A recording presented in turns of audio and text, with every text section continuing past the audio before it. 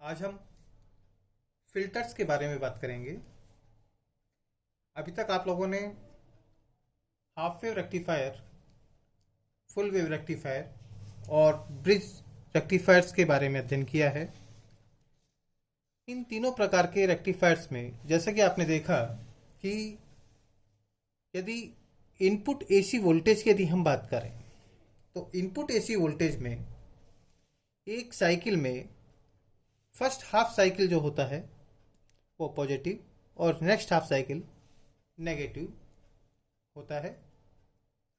यदि हम इस एसी वोल्टेज को हाफ वेव रेक्टिफायर के थ्रू पास करें तो हाफ वेव रेक्टिफायर जो नेक्स्ट हाफ साइकिल है उस नेक्स्ट हाफ साइकिल को एलिमिनेट कर देता है, जिसके कारण हमें केवल फर्स्ट हाफ जो होता है एसी वोल्टेज का वो प्राप्त होता है। इसलिए हम इसको हाफ वेव रेक्टिफायर कहते हैं।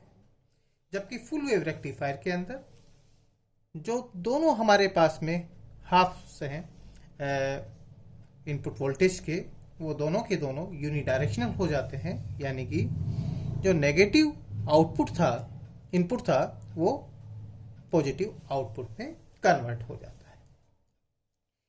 तो हाफ वेव रेक्टिफायर और फुल वेव रेक्टिफायर में जो वोल्टेज है वो यूनिडायरेक्शनल तो हो गया है, यानी कि सारा का सारा पार्ट हमारा पॉजिटिव पार्ट यानी अपर साइड में आ गया है, लेकिन अभी ये वैल्यू कांस्टेंट नहीं है, यानी कि इसमें वेरिएशन है। जैसे कि आप हाफ वेव रेक्टिफायर में देख रहे हैं कि वोल्टेज इनिशियली इंक्रीज होता है और मैक्सिमम वैल्यू पहुंचने पर वापस से डिक्रीज होता है। इसी तरह फुल वेव रेक्टिफायर में भी increment and after that decrement होता है, फिर इंक्रीमेंट होता है, देन डिक्रीमेंट होता है। तो ऐसी कंडीशन में हम यह नहीं कह सकते कि रेक्टिफायर से जो आउटपुट मिला है वो प्योरली डीसी पार्ट है। इस आउटपुट के अंदर जो वेरिएशन है वो इस आउटपुट में डीसी के साथ साथ एसी पार्ट को भी रिफ्लेक्ट करता है, जिसको कि हम उसको रिपल्स कहते हैं। इन रिपल्स को रिमूव करने के लिए यानी फिल्टर आउट करने के लिए जिन सर्किट्स का हम लोग उपयोग करते हैं उन्हें हम फिल्टर सर्किट कहते हैं। ये फिल्टर सर्किट्स चार तरह के होते हैं: shunt capacitor filter, series inductor filter, L section filter और लास्ट पाई सेक्शन फिल्टर। आज हम पहला टाइप का जो फिल्टर जिसको हम शंट कैपेसिटर फिल्टर या पार्श्व पथ संधारित्र फिल्टर भी कहते हैं कि इसके बारे में अध्ययन करेंगे। आइए सबसे पहले हम इसके डायग्राम को समझते हैं। जैसा कि इस फिल्टर का नाम से आपको स्पष्ट हो जाता है कि इसमें इस फिल्टर में एक कैपेसिटर को आउटपुट में शंट के रूप में प्रयुक्त किया जाता है। ये मेरे पास में एक बॉक्स यहाँ पर शो किया हुआ है जो कि हाफ वेव रेक्टिफायर या फुल वेव रेक्टिफायर को रिप्रेजेंट कर रहा है।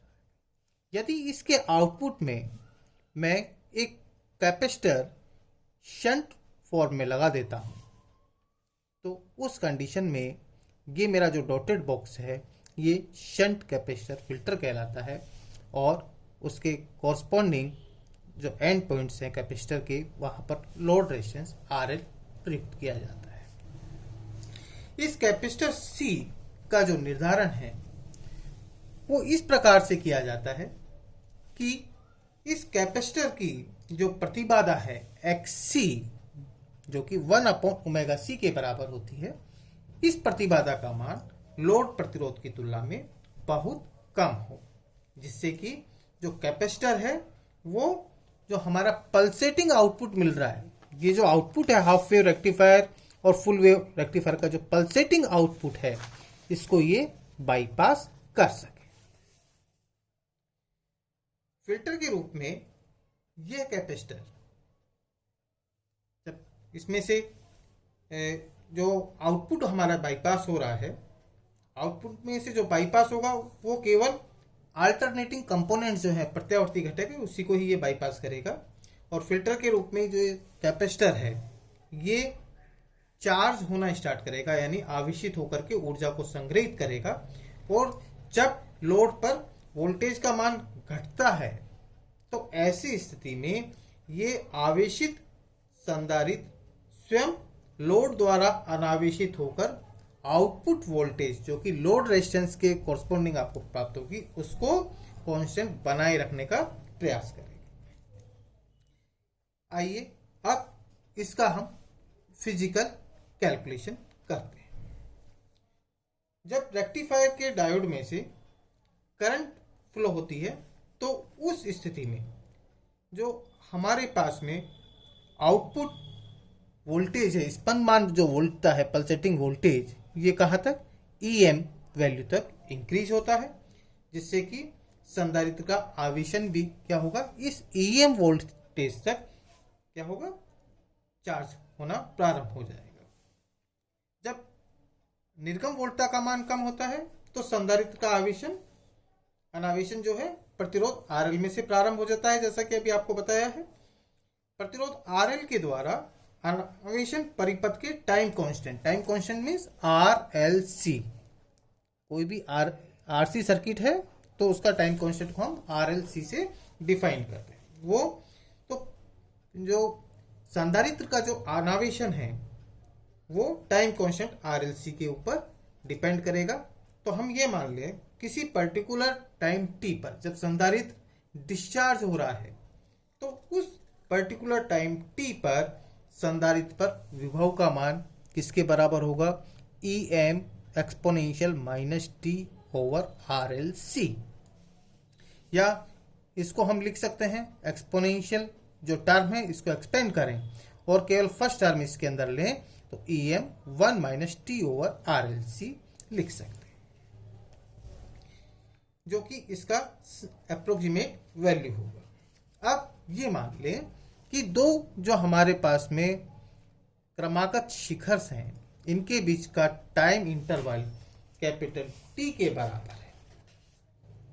तो आवेशन डायोड प्रतिरोध द्वारा होता है और अग्रबायसी डायोड का प्रतिरोध अत्यल्प होने के कारण आवेशन के लिए कालांक भी अत्यल्प होगा। इसलिए पुनः आवेशन प्रारंभ होने की स्थिति में संधारित्र पर जो विभव है उसका मान किसके बराबर होगा, EM minus EMT over RLC के बराबर होगा। यहां पर आप ये देखिए कि यहां पर कैपेसिटर आपका डिस्चार्ज हो गया। यहां से हम स्टार्ट करते हैं। इस वोल्टेज से कैपेसिटर मैक्सिमम वैल्यू EM तक चार्ज हुआ और उसके बाद में लोड प्रतिरोध RL के थ्रू वो डिस्चार्ज होना स्टार्ट करता है। तो यहाँ से यहाँ तक का जो टाइमिंग्स होगा हमारा, इस टाइमिंग के लिए ये वैल्यू हमारे पास में यहाँ पर वोल्टेज की वैल्यू कितनी आएगी, EM और स्मॉल t की बजाय कैपिटल T ओवर RLC होगा। और फिर उसके बाद से पुनः इसकी चार्जिंग स्टार्ट हो जाती है। तो हम ये कह सकते हैं कि लोड प्रतिरोध RL पर निर्गत वोल्टता का शिखर मान EM और EM minus EMT over RLC के बीच में फ्लक्चुएट करता रहता है। अब ये इन दोनों का जो एवरेज है EM और EM minus EMT over RLC, इन दोनों का एवरेज जो कि इसके बीच वाली जो मध्य रेखा आपको रिप्रेजेंट की जा रही है इसको हम कह सकते हैं DC वोल्टेज। तो इसको हम EDC यदि कहें तो इन दोनों के बीच की वैल्यू EDC की वैल्यू किसके बराबर होगी, EM minus EMT over twice RLC।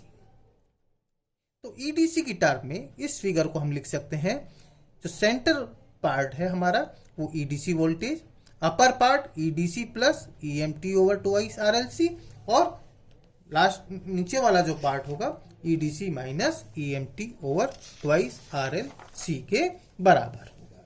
This means EDC की जो वैल्यू है वो EM minus EMT over twice RLC के बराबर है। और ऐसी स्थिति में जो प्रत्यावर्ती वोल्टता का जो शिखर मान होगा, रिपल वोल्टेज की जो पीक वैल्यू होगी वो किसके बराबर होगी, EMT ओवर ट्वाइस RLC के बराबर होगी। इस प्रत्यावर्ती वोल्टता फिल्टर से निर्गत उर्मिका वोल्टता कहलाती है। तो हम कह सकते हैं कि इस उर्मिका वोल्टता का जो शिखर मान है, जिसको कि हमने EMT ओवर ट्वाइस RLC से डिफाइन किया हुआ है, तो जो हमारे पास में इनिशियली फिगर था फिल्टर के टाइम पर, इस वाले पार्ट को यदि हम एक्सपेंड करना चाहें तो ये मेरे पास में एक साटूथ वेव बनती है कि जो वोल्टेज है कैपेसिटर पर मैक्सिमम से यहाँ पर ये डिस्चार्जिंग, फिर इस पॉइंट पर जाकर के एक कंप्लीट साइकिल के बाद फिर दोबारा से उसकी चार्जिंग होती है और नेक्स्ट तक वो डिस्चार्ज होगा, फिर नेक्स्ट टाइम पीरियड के बाद में ये चार्जिंग डिस्चार्जिंग चार्जिंग डिस्चार्जिंग इस तरह का फिनोमिना होता जाता है। तो इस वेव को हम साटूथ वेव या आरादंती वोल्टता के अनुरूप मान सकते हैं। तो इस साटूथ वेव को कंसीडर करते समय किसी पर्टिकुलर टाइम t पर वोल्टेज की वैल्यू जो होगी वो किसके बराबर होगी, EM upon twice RLC t minus 2t के बराबर होगी, जहां पर स्मॉल t ये इस पर्टिकुलर टाइम t पर वोल्टेज E की वैल्यू को रिप्रेजेंट करता है। तो अब इस स्थिति में जो मेरे पास में ripple voltage particular time t पर आई है, इसकी यदि मैं RMS वैल्यू को कैलकुलेट करना चाहूं, जो कि क्या कहलाएगी मेरे पास में AC वोल्टेज कहलाएगी, तो EAC equals to 1 over t integration of E square dt over 0 to t square root. E की वैल्यू को आप इस इक्वेशन से सब्स्टिट्यूट कर दें और करने के बाद जब आप इसको सोल्व करेंगे तो मेरे पास में AC वोल्टेज का मान आता है EM over twice RLC t over root 3।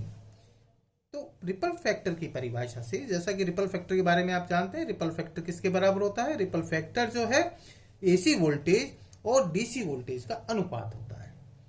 तो EAC की वैल्यू यहाँ से और EDC की वैल्यू जो हमने यहाँ ऊपर कैलकुलेट की हुई है, इन दोनों को यदि इसके अंदर सब्स्टिट्यूट कर दें, साथ ही जो हमारा अजम्पशन था कि जो time period time constant RLC है वो टाइम पीरियड की तुलना में बहुत अधिक है, तो इस second term RLC minus t/2 में t/2 को यदि एलिमिनेट कर दिया जाए तो रिपल फैक्टर की वैल्यू हमारे पास में किसके बराबर प्राप्त होगी, t over twice root 3 RLC। ये मेरे पास में जो शंट कैपेसिटर फिल्टर है उसके रिपल फैक्टर को रिप्रेजेंट करता है। अब बात करते हैं हाफ वेव रेक्टिफायर के लिए। हाफ वेव रेक्टिफायर के लिए जो टाइम पीरियड है वो 1 ओवर f के बराबर होता है, तो इस वैल्यू को यहाँ सब्स्टिट्यूट कर दें और 1 ओवर 2 रूट 3 को यदि सोल्व करें तो मैथमेटिकली ये वैल्यू आती है 0.288। तो मेरे पास में हाफ वेव रेक्टिफायर के लिए वैल्यू होगी 0.288 डिवाइडेड बाय FRLC। इसी प्रकार फुल वेव रेक्टिफायर के लिए जो टाइम पीरियड है 1 ओवर ट्वाइस f के बराबर होता है और इस कंडीशन में रिपल फैक्टर की वैल्यू 0.144 अपॉन FRLC के बराबर होता है। तो इन दोनों समीकरणों से हम कह सकते हैं कि जो शंट कैपेसिटर फिल्टर्स होते हैं उसमें जो रिपल फैक्टर है वो फ्रीक्वेंसी f, लोड प्रतिरोध RL तथा कैपेसिटर की जो कैपेसिटेंस धारिता है उसके व्युत्क्रमानुपाती प्राप्त होता है। तो इस प्रकार से हम लोग इस शंट कैपेसिटेंस फिल्टर को समझ सकते हैं। कल हम सीरीज इंडक्टर फिल्टर के बारे में चर्चा करेंगे। Thank you.